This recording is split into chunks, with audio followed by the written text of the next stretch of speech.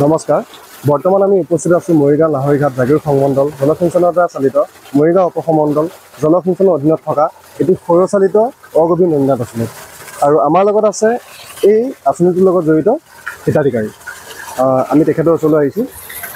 দাদা আপোনাৰ নামটো ক'ব? মোহাম্মদ মুকুট হুছেইন।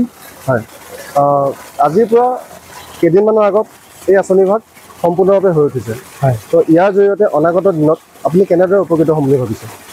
ইয়াৰ জৰিয়তে অনাগত দিনত আমি আগতে যিটো চেলো ফিল্টাৰ বা আমি যিটো কাৰেণ্টৰ মেচিন তাত বহুত খৰচা হৈছিল।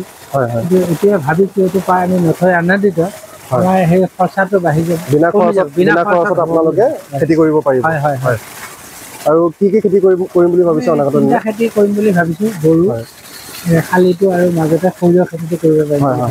আৰু শাক পাচলি খেতি কৰিব পাৰিব, পাচলি ওখ জেগা আছে কৰিব পাৰিম, মাকৈ খেতি কৰিম বুলি কৰিব পাৰিব। উপকৃত হ'ম বুলি ভাবিছোঁ। মুঠতে এটা বছৰত আপুনি দুইৰ পৰা তিনি ধৰণৰ খেতি কৰিব পাৰিব।